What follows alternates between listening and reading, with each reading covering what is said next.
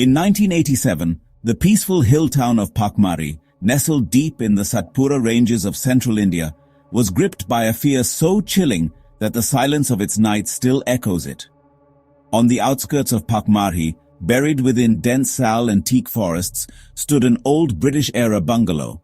Its moss-covered walls were cracked and crumbling, the iron gates rusted, and the rotting furniture inside seemed frozen in time. The elders whispered stories about Dr. William Crawford, a British physician who lived there during the colonial era. He was rumored to have practiced forbidden rituals and experiments involving blood and dark magic. According to local legend, in his quest for immortality, he summoned a cursed tribal spirit. But that night, the spirit tore him apart and devoured his flesh. Since then, the bungalow remained abandoned. Occasionally, villagers claimed to find the drained carcasses of wild animals hanging from trees around it, their blood completely sucked out. Nobody dared to go near it. They simply learned to fear it. In 1987, a young man named Ramesh was posted to Pakmari as a new postal worker. Coming from the city, he dismissed the villagers' ghost stories as mere superstition. His duty was to carry mail to the nearby village of Chindi, which required passing by the haunted bungalow. Villagers repeatedly warned him, "Never take that route after dark. Something inhuman roams there." Ramesh would laugh it off. "There are no ghosts, only animals," he would say. Fate, however, had other plans. One September evening, Ramesh was delayed and night fell as he began his return journey. When he reached the stretch near the bungalow, the forest around him was deathly still. The wind had stopped. Suddenly he heard the crunching of dry leaves behind him. Footsteps, soft, deliberate. He turned around with his torch. Nothing. He quickened his pace. A rotten metallic stench floated through the cold air. Then he froze.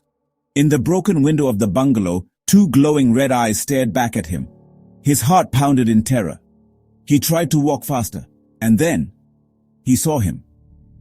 A figure stood in the middle of the path, tall yet unnaturally thin, with grotesquely bulging sinewy muscles. His face was blackened, his eyes burned like embers, and sharp animal-like fangs glinted in the moonlight. His claws were long and seemed wet with blood. The creature did not blink. It just stared at Ramesh. Before Ramesh could run, the creature dropped to all fours and darted forward at inhuman speed.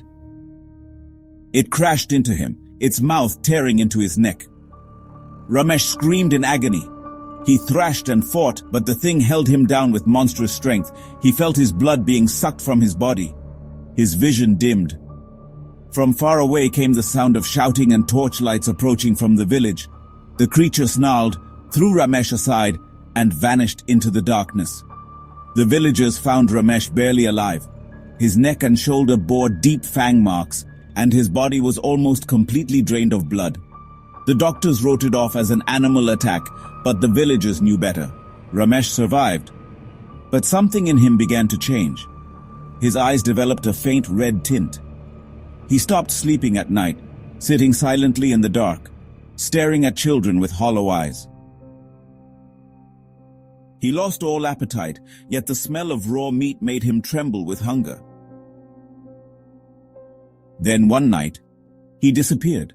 No one ever saw him again. Years later, a local historian dug through old colonial records and uncovered something horrifying. Dr. Crawford had indeed performed rituals seeking immortality by bargaining with an ancient tribal spirit. But the bargain had a condition. To survive, the spirit had to take a new human body every 100 years. To do so, it would bite a human, and that person's soul would slowly merge with the spirit, transforming into a Narpishaach. The villagers believe Ramesh became the spirit's next vessel. His soul now roams that bungalow alongside Crawford's, hunting for the next victim. Even today, nobody dares pass by that path after sunset. Some who stray too close hear faint cries from within. The locals whisper, "He is not human. He is the Narpishaach." Those who meet his eyes may walk away alive, but they never remain human. This is not a tale from a horror book.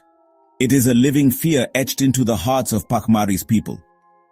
Even today, when a new postman arrives, the villagers warn him, "Never walk past that bungalow at night. Death lives there.